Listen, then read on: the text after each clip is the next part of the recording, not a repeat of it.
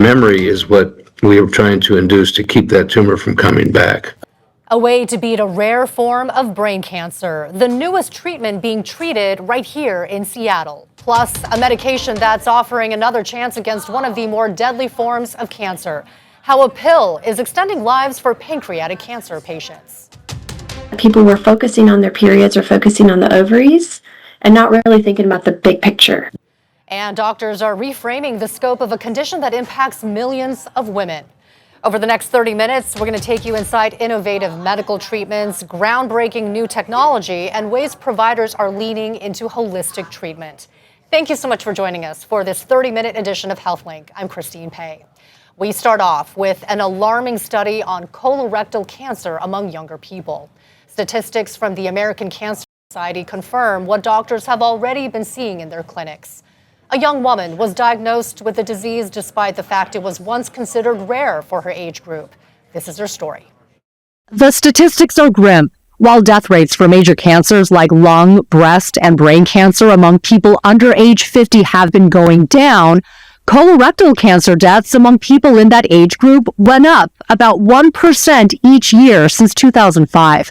Moreover, by 2023, colorectal cancer surpassed all other cancers as the top cause of cancer-related death in people under 50 overall. The study also noted a steep rise in cases among people in their 30s and even 20s. The symptoms are not as obvious in young people. Carolyn Vasquez was 27 years old when she was diagnosed with colorectal cancer. It was 2018. She was newlywed and had just returned to her hometown in Oak Harbor after serving in the Peace Corps in Paraguay. Around that time, she noticed unexplained weight loss and feeling waves of fatigue. And I was also beginning to notice blood in my stool. And so I had gone to the doctor, a couple of different doctors, like an urgent care. And then finally I got in with my primary care to discuss it. Her doctor ordered an urgent colonoscopy. The diagnosis was immediate and devastating. Cancer in her rectum, initially discovered as late stage 3. It was upgraded to stage 4 when doctors found the cancer metastasized to her liver. The prognosis was not good. I think I had a less than 20% chance of surviving this, but my team at Fred Hutch was so great. Vasquez eventually met with her oncologist, Dr. Stacy Cohen. I would say it's alarming that we're seeing a consistent trend across the years, that we have not seen that abate at all, suggesting that there is some risk factor that we have not identified. Dr. Cohen is a professor of hematology and oncology at Fred Hutchinson Cancer Center, specializing in colorectal cancer. She notes current screening guidelines recommend average risk people start colorectal cancer screening at age 45. We don't screen patients under 45 unless they have some kind of symptom. And I hear day in and day out about young patients who did have a change in bowel habits or blood in their stool or abdominal pains, and they might have even saw their providers and told them about these symptoms, but often young patients are told it's one of a more common symptom like IBS or hemorrhoids, and they don't actually get checked out. So what's causing the rise among younger patients?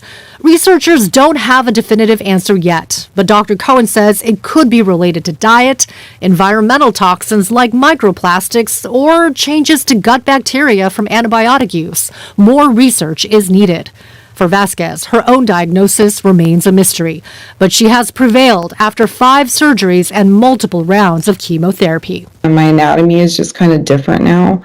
And so I do deal with those side effects every day. But overall, I do feel good on a daily basis. Now 34 years old, Vasquez has had clean scans for 5 years and is now studying at UW to become a physician assistant, striving to advocate for patients like how her doctors have advocated for her.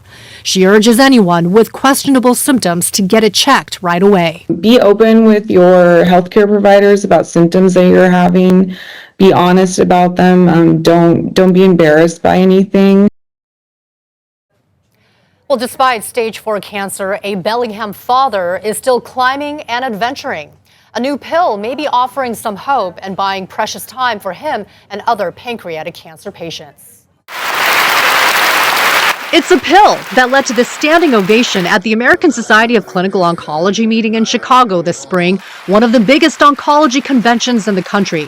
Clinical trial results of the oral treatment known as daraxonrasib showed it can nearly double median overall survival for previously treated metastatic pancreatic cancer patients compared to similar patients who only undergo chemotherapy. So when he presented the survival data, people stood up, and it's not common, I think, for people to get interrupted in the middle of their talk. Dr. Andrew Kovaler is director of the Pancreatic Cancer Specialty Clinic at Fred Hutch. It's a cancer where no one has thought anything was going to work. But the new treatment developed by the drug maker Revolution Medicines does seem to work quite well. When you get cancer like this, it's a palliative, so you're targeting quality of life. Lance Anderson is taking daraxonrasib to treat his stage 4 pancreatic cancer.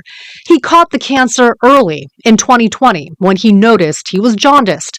Doctors later diagnosed him with stage 1 pancreatic cancer. But pancreatic cancer is pretty tenacious, and some molecules stuck with me, even though it was very early. In 2021, Anderson, a retired chemical engineer, started going to Fred Hutch for treatment. He eventually moved to Bellingham from California. Despite early detection and chemo, the cancer still managed to spread to his lungs and his eyes. But none of this stopping him from doing what he loves. I grew up in Wyoming, and the Bay Area was just getting more and more busy. Hard to get to the mountains, hard to go skiing, hard to do everything. So we moved to Bellingham so that we could have an outdoor life, and it hasn't disappointed. Under the guidance of Dr. Kovaler at the Hutch, he was recommended to get on a clinical trial of the pancreatic cancer pill, which involved fewer chemo sessions. My son's only 13, so the longer I can survive, the more mature he will be. Anderson has been on the treatment for a year now. The chemo treatments alone would have become much less effective already. But because I'm on with the drug and less chemo, it has extended out. The drug is a medication that targets a protein called KRAS. It's opening up a whole new way to do something, and what's going to likely be less side effects and a better way to do it. So it's what comes out now and where people can see it going in the future that's both exciting. Lance Anderson understands the pill is not a cure. What it does offer is time. More time to continue climbing. More is better, curative is better, but they're making strides in cancer treatment now. Now, whether I'll live long enough to experience all that, we'll see, but that's what I'm hanging on for.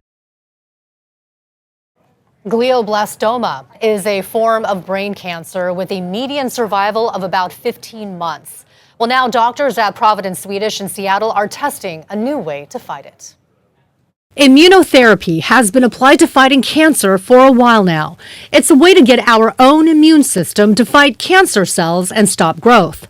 While it has shown promise in treating melanoma and certain types of lung cancers, it's also being tested to fight one of the deadliest forms of cancer known as glioblastoma. It's a very aggressive tumor. It's, famously the Beau Biden, John McCain tumor. It's a tumor that is not curable. Dr. Alippi Bonham is a neuro-oncologist at Providence Swedish in Seattle. He is among the group at the Providence Swedish Neuroscience Institute working on a promising new treatment to tackle the disease by targeting the surface of glioblastoma cells, similarly to how vaccines work. The idea is if we put a double-stranded RNA into the tumor in a package that is taken up by the tumor, we set the conditions for the innate immune response to see the tumor, which it typically cannot do. The treatment is being developed alongside Seattle-based biopharmaceutical company HDT Bio. Steve Reed is the company's CEO and says immunological memory is what this treatment hopes to induce. Our immune system has a fantastic job. Most of us kill tumor cells on a regular basis through our immune system. And memory is what we are trying to induce to keep that tumor from coming back. The challenge is glioblastoma grows directly from brain tissue and then spreads quickly, often before doctors can even see it on an MRI. While the treatment is not currently in the market, it has been given to 3 patients so far under FDA emergency use.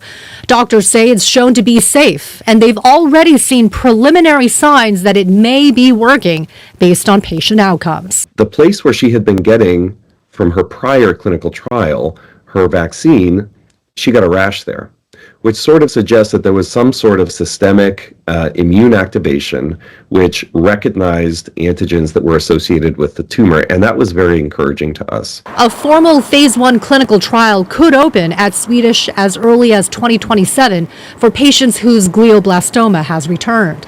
While it is by no means a cure for a cancer that hasn't seen a major breakthrough in decades, it's a new path that doctors say is worth pursuing. Well, coming up, a local UW students app could change the way expecting mothers view prenatal care. Plus, certain antibodies in breast milk can influence a baby's growth even beyond the infant stage. How this research can help improve baby formula. Welcome back to our HealthLink special. What if it were possible to monitor a baby's heart rate?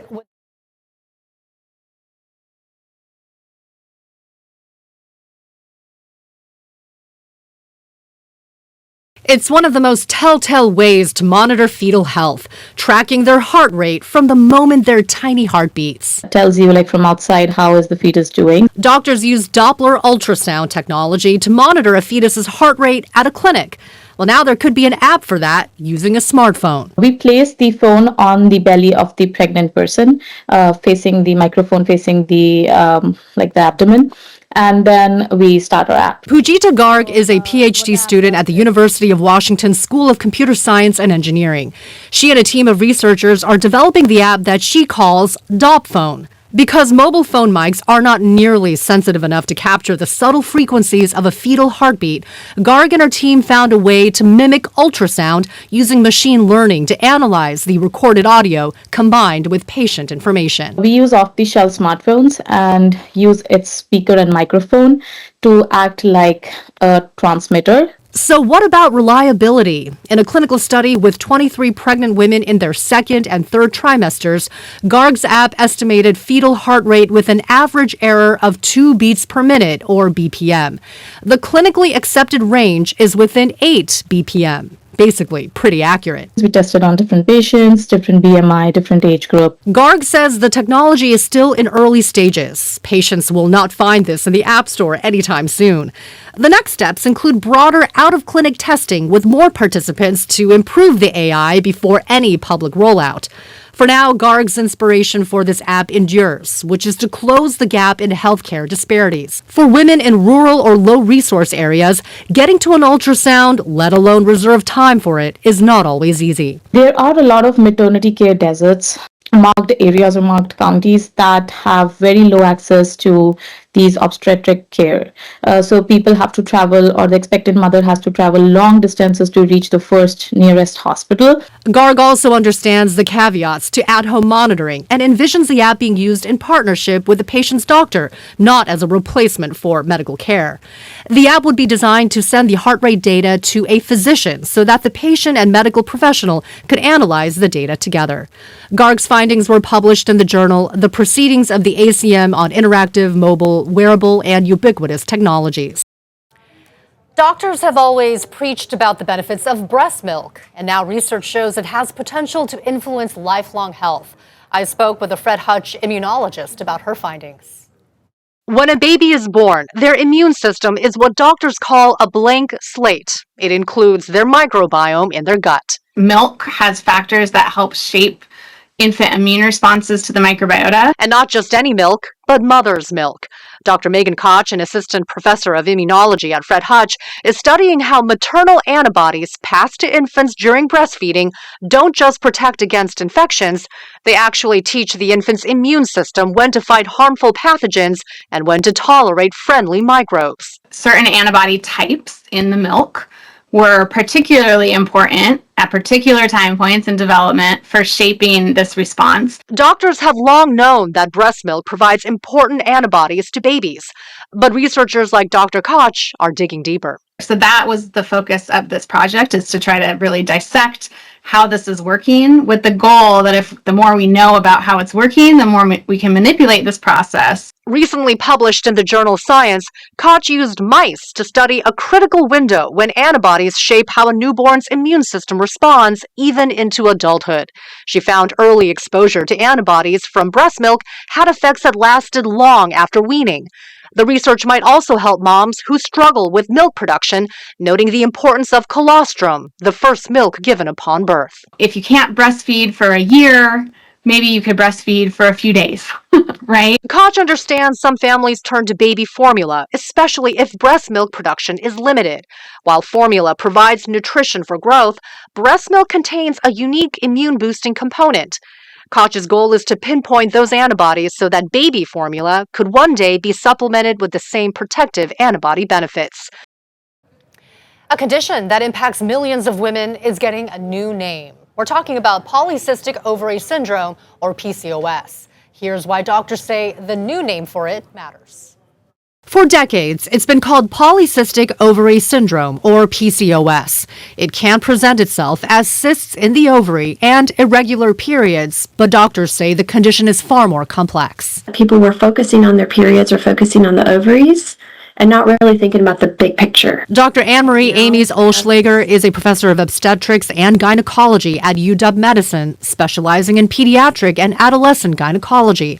HealthLink talked with her about a significant change to what doctors will officially call the condition moving forward. This is a condition that affects your whole body, and the new name, which is polyendocrine metabolic ovarian syndrome, much more reflects the whole body involvement, that it's not just isolated to the ovaries. Published in the journal Lancet in May this year, an international coalition of doctors and patient advocates approved a move to rename polycystic ovary syndrome to polyendocrine metabolic ovarian syndrome, or PMOS.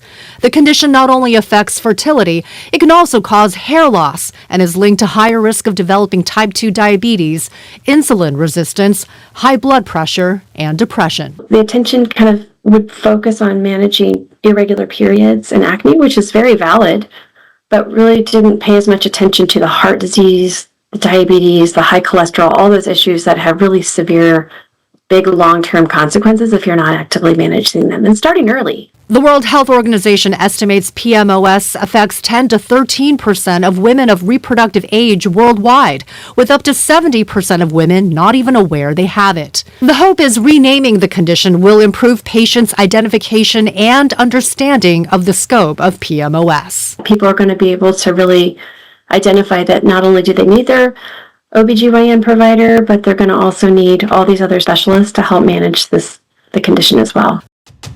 We want to think of the whole person and what they're experiencing. Coming up, a cancer diagnosis is not only a physical battle, but a mental one. How a locally based therapy program is helping patients.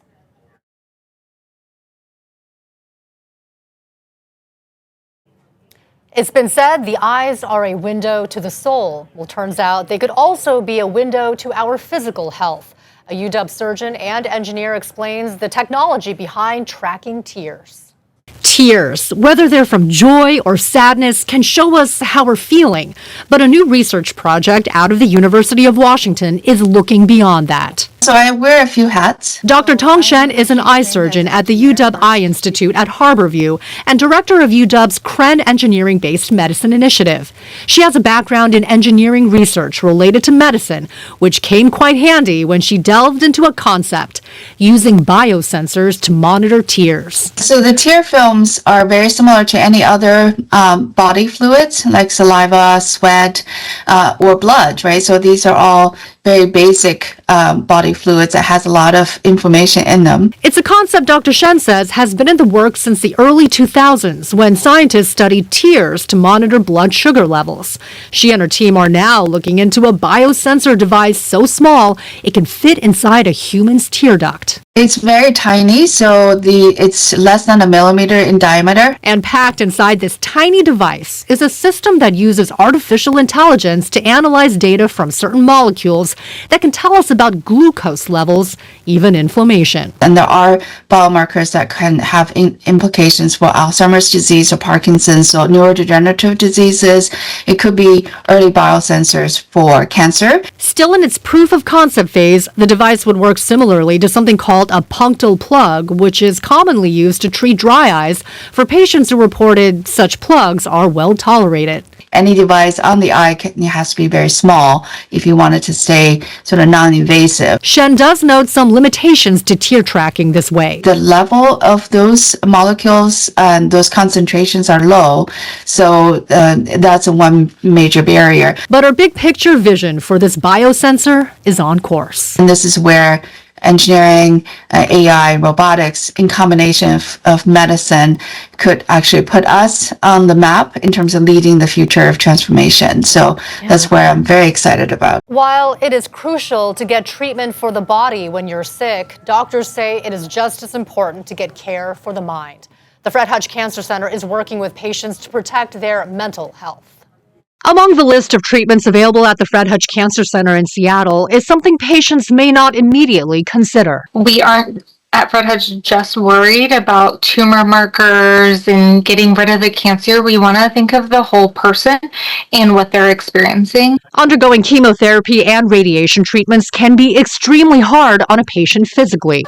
But doctors understand, starting from the devastating news of a cancer diagnosis itself, the disease can be just as difficult mentally. We try to make sure patients are coping well as possible so they can continue with treatment. So things like anxiety, depression, sadness, worry, fear don't interfere with cancer treatment. Julia Breckbiel is among the providers for psychiatry and psychology services offered at Fred Hutch. It's available for Fred Hutch patients as part of their overall treatment plan.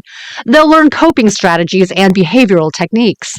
Medication might also be prescribed for managing stress, anxiety, depression, and sleep. It's such a unique challenge that it raises a lot of uncertainty and worries and fears that we don't know what the future will hold. A lot of patients, they rely on their family members and close friends, people in their circle for the emotional support. As important as that is, why might also supplementing that with the professional therapist help in their journey? Yeah, it can be for a lot of different reasons. Their loved ones may not know how to support them because they haven't gone through it, and to know that we know how to treat it. We have a lot of evidence-based protocols, interventions. Just like with cancer treatment, we study protocols for addressing emotions in cancer patients. Therapy services are also available for patients who recently completed cancer treatment. More information on therapy options can be found on the Fred Hutch website. That's all for our special 30-minute episode of HealthLink. I'm Christine Pei. We'll see you next time.